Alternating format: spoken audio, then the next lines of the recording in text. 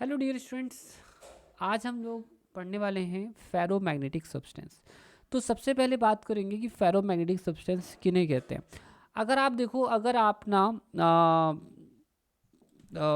Basically किसी ferromagnetic substance को, ठीक है, मैग्नेटिक फील्ड पर रखते हो, इवन अगर मैग्नेटिक फील्ड ज़्यादा स्ट्रांग नहीं है, बट वो अगर फेरोमैग्नेटिक सब्सटेंस है जिसको आपने रखा है, अगर वो फेरोमैग्नेटिक सब्सटेंस है ना, तो ये बहुत ही स्ट्रॉन्ग मैग्नेटिक फील्ड डेवलप करता है ना। ये क्या करता है, बहुत ही स्ट्रॉन्ग मैग्नेटिक फील्ड एक्वायर कर लेता है, और इसके जो मैग्नेटिक फील्ड का डायरेक्शन होता है वो अप्लाइड एक्सटर्नल मैग्नेटिक फील्ड के डायरेक्शन पर ही होता है। मतलब यहाँ पर साउथ और यहाँ पर नॉर्थ पोल जो है डेवलप हो जाता है सब्सटेंस के अंदर।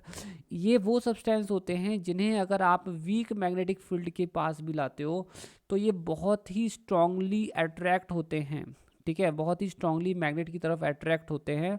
तो इस टाइप के सब्सटेंस को फेरोमैग्नेटिक सब्सटेंस कहते हैं, और इस प्रॉपर्टी को फेरोमैग्नेटिज्म कहते हैं, ठीक है। तो ये वो सब्सटेंस होते हैं जो मैग्नेटिक फील्ड में हल्के से भी मैग्नेटिक फील्ड में है ना, इवन अगर फील्ड इज वीक, ठीक है, even the field is weak, ठीक है, बट ये स्ट्रांगली मैग्नेटाइज हो जाते हैं, ठीक है।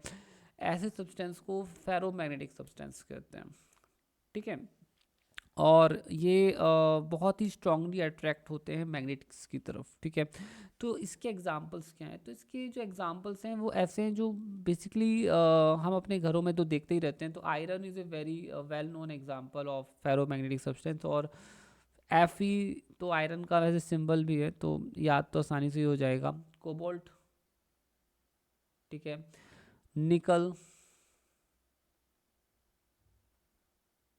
ठीक है, ठीक है। तो मैग्नेटाइट, तो ये कुछ एग्जांपल्स हैं फेरोमैग्नेटिक सब्सटेंस के जिनके पास फेरोमैग्नेटिक प्रॉपर्टीज़ होती हैं।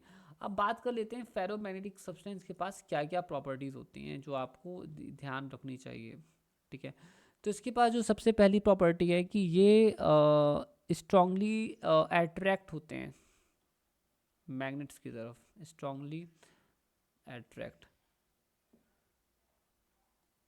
तो ये सब्सटेंस ऐसे होते हैं जो मैग्नेट्स की तरफ जो होते हैं काफ़ी स्ट्रांगली अट्रैक्ट होते हैं, ठीक है।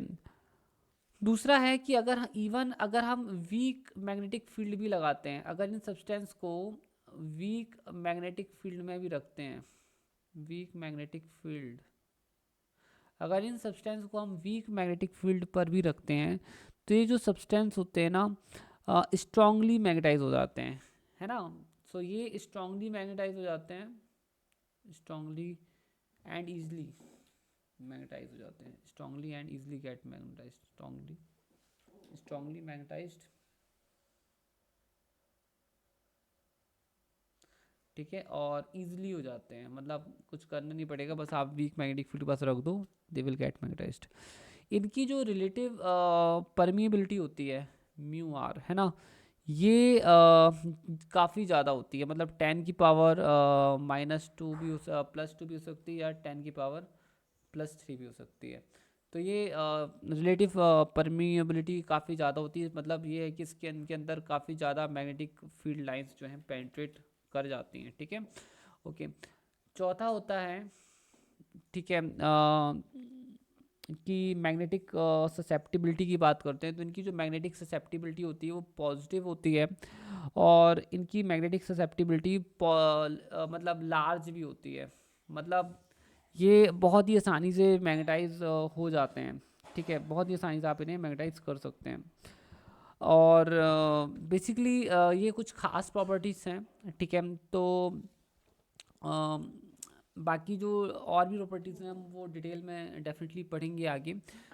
इसकी जो फेरोमैग्नेटिक सब्सटेंस होते हैं, जैसे जैसे टेम्परेचर बढ़ाते हैं तो उनकी ससेप्टिबिलिटी कम होती जाती है, ठीक है। तो एक ऐसा टेम्परेचर आता है जिसे हम कहते हैं, ठीक है, क्यूरी टेम्परेचर कहते हैं। तो उस पर्टिकुलर टेम्परेचर पर फेरोमैग्नेटिक सब्सटेंस जो होता है वो पैरामैग्नेटिक बन जाता है, ठीक है। बाकी डिटेल्स में हम और जानेंगे बाद में, बट ये जो कुछ प्रॉपर्टीज़ मैंने अभी आपको बताई, ये प्रॉपर्टीज़ आप थोड़ा याद रखेंगे, ठीक है, ओके। ठीक है बच्चों, take care all of you, thank you so much, bye bye, okay.